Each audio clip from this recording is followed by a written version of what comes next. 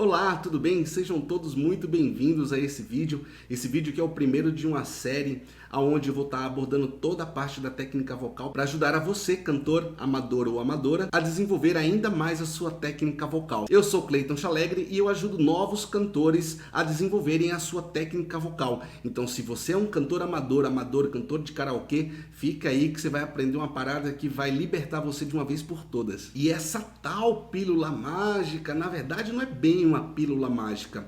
São três conceitos, são três elementos. E dominar esses elementos trouxe toda a segurança para eu cantar as músicas que eu sempre sonhei cantar. Essa prática envolve incluir hábitos em sua rotina. E estar presente para todos esses elementos fez crescer exponencialmente a minha técnica vocal. Após implementar esses hábitos e medir os seus resultados, eu descobri que tinha feito tudo errado até então. E aí foi quando eu percebi que o segredo de tudo está no princípio. Depois de muitos erros, horas e horas de estudos, eu finalmente entendi o porquê eu tinha tanta dificuldade em cantar certas músicas. E agora não existe mais limites para minha voz. E na verdade, eu poderia guardar toda essa informação para mim, né? Porque se é tão valioso, por que eu estou entregando isso aí para você de graça? É porque ninguém merece a ilusão de que está fazendo tudo certo e na verdade está fazendo tudo errado. E ainda mais colocando em risco a própria voz. E você que gosta de cantar, merece cantar de uma forma correta, merece desenvolver a sua técnica vocal. E é por isso que eu tô aqui, para passar todo esse conteúdo para você. E essa parada é possível sim para você, porque basta você ser um ser humano e gostar de cantar. Quando você deve aplicar tudo isso que eu tô falando para você aqui agora? Você deve aplicar a partir de agora, a partir de hoje, antes do almoço, porque isso é o que vai diferenciar você de um bom cantor e de um cantor regular. Aí você me pergunta, ô Chalegre, e aí? Mas e aí, o que eu tenho que fazer? Como que eu tenho que aplicar? E eu vou te ensinar agora como você deve fazer isso. Primeiro de tudo, falando sobre o elemento principal e o elemento primordial para quem gosta de cantar. Se você ainda não sacou essa parada, meu irmão, você precisa começar a entender que você precisa, primeiro elemento, hidratar o seu corpo. Você precisa beber água na quantidade necessária que o seu corpo precisa por dia. Se você gosta de cantar e bebe pouca água, você precisa mudar isso na sua vida.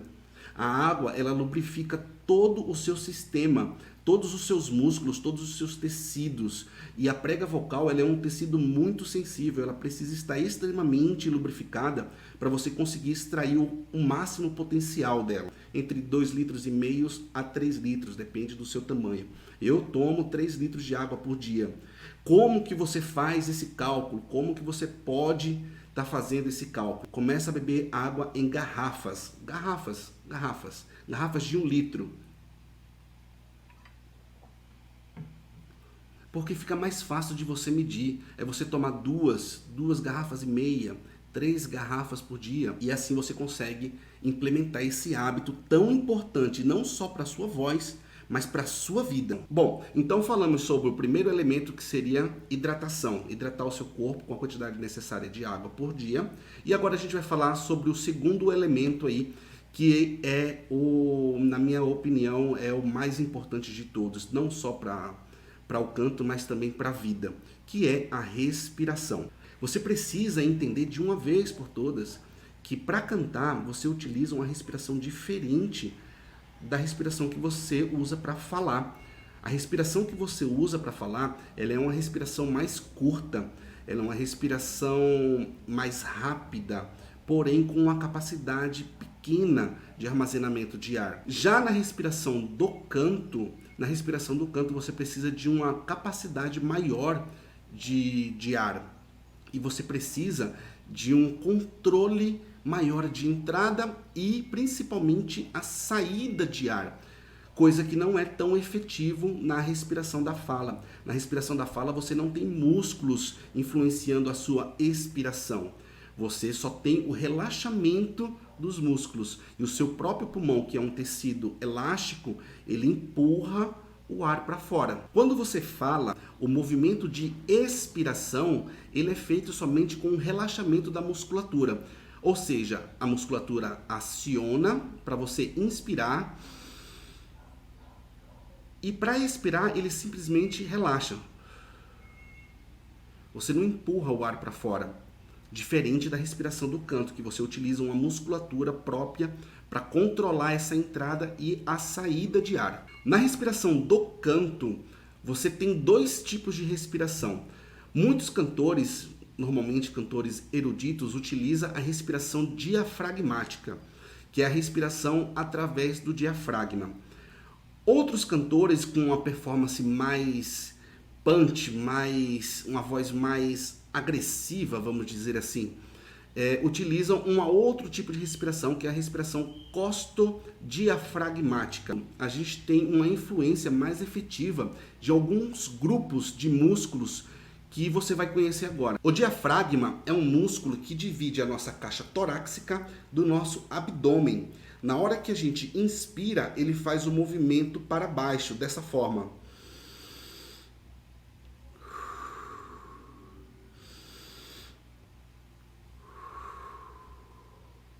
Quando você está inspirando, o seu diafragma ele faz esse movimento para baixo, empurrando as suas vísceras para baixo, fazendo com que seu abdômen vá para frente. Tente respirar inflando o seu abdômen, colocando todo o seu abdômen para fora.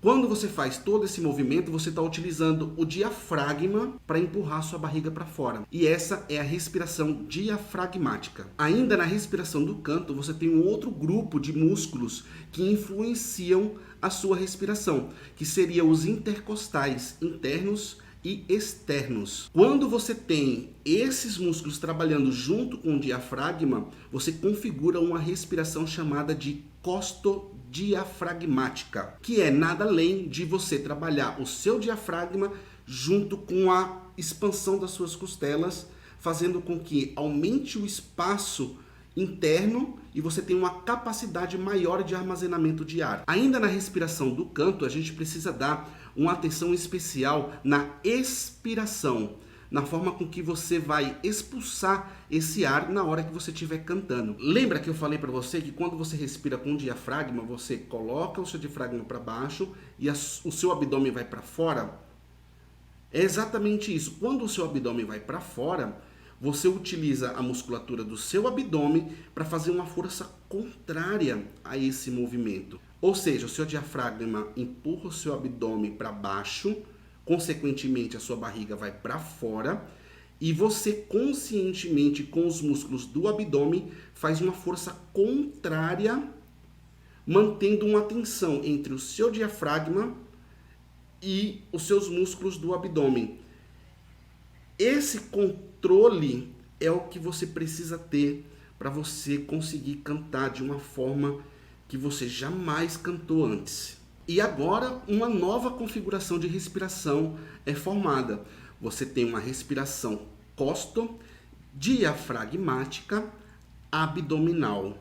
É isso mesmo. Então a respiração costodiafragmática abdominal, uma respiração que tem a influência dos músculos intercostais, externos na hora da inspiração e internos na hora da expiração.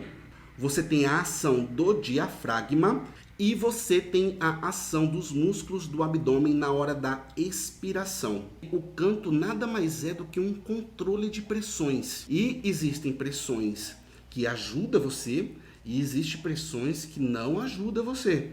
Então você entender essas pressões é importante para que você não se machuque. Existem 4 tipos de pressões: pressão subglótica, pressão transglótica, pressão supraglótica e pressão psicoacústica. Falando sobre pressão subglótica, é uma pressão que ocorre embaixo da sua glote.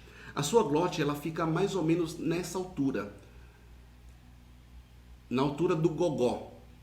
Aqui está a sua glote. Então toda a pressão que ocorre para baixo da glote é a pressão subglótica. Você tem a pressão transglótica, que é a pressão que ocorre na passagem, na hora da emissão do som. Então essa pressão é uma pressão que você precisa tomar muito cuidado. Aqui você não deve fazer pressão. Você fazer pressão nessa região pode causar danos à sua prega vocal. Não sei se você já viu alguns cantores, ou não sei se acontece com você.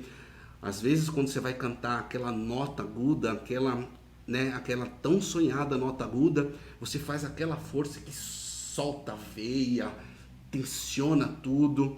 Tá errado, você não pode fazer força nessa região. Você não pode ter tensão nessa musculatura, justamente para você não restringir, você não constringir a passagem de ar e você acabar danificando a sua voz. Então a gente viu a pressão subglótica, a pressão transglótica e agora a pressão supraglótica. Pressão que acontece para cima da sua glote. Sua glote está aqui, né, no gogó. Então toda a pressão que ocorre acima da sua glote é conhecida como pressão supraglótica. E essa pressão supraglótica, ela é totalmente manipulada. Você pode controlar ela com a sua língua, com o seu palato, com a abertura da sua boca, com o fechamento. Você pode baixar a laringe, você pode subir a laringe. Então você tem toda essa manipulação e esse controle de pressão supraglótica. Outra pressão também que é muito subestimada por cantores amadores é a pressão psicoacústica. Muitas vezes quando você canta, quando você está ali com o microfone, muitas vezes você coloca muita energia onde não precisa. Você está com um microfone e esse microfone ele é capaz de conduzir a energia que você está gerando aqui em energia elétrica. Então assim, se você precisar de um volume maior, então você deve aproximar o microfone. Se você precisar de um volume menor, você distancia o microfone e não aumentar o volume da sua voz. O volume da sua voz ele precisa ser um volume brando, ele não pode ser aquele volume. Você tem um microfone ali para utilizar, então use ele da forma correta. Porque se você cantar com muito volume, você vai extrapolar a pressão psicoacústica. Você pode ter problemas tanto na sua audição quanto na sua musculatura supraglótica. Bom, seguindo então, a gente falou sobre dois elementos, né? O primeiro é hidratação, né? Você manter o seu corpo hidratado com a quantidade necessária de água por dia, né? E a gente falou sobre respiração. Então a gente vai para o nosso terceiro e último elemento dessa aula, que é a ressonância. Você sabe o que é ressonância?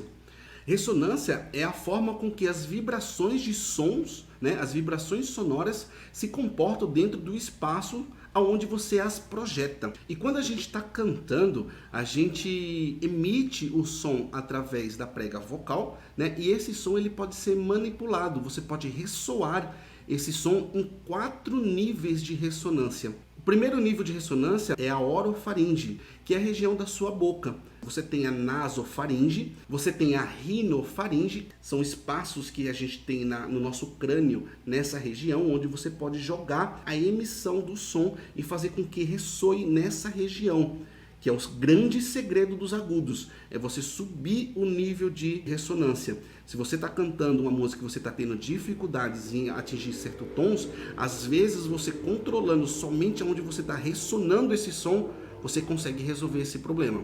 E o quarto nível de ressonância é a ressonância craniana, conhecida como voz de cabeça. É quando você projeta o som que a sua prega vocal emite para ressonar no seu crânio. O cantor lírico usa muito essa ressonância craniana. Já a cantora popular utiliza mais a ressonância oral, nasal e rinofaringe.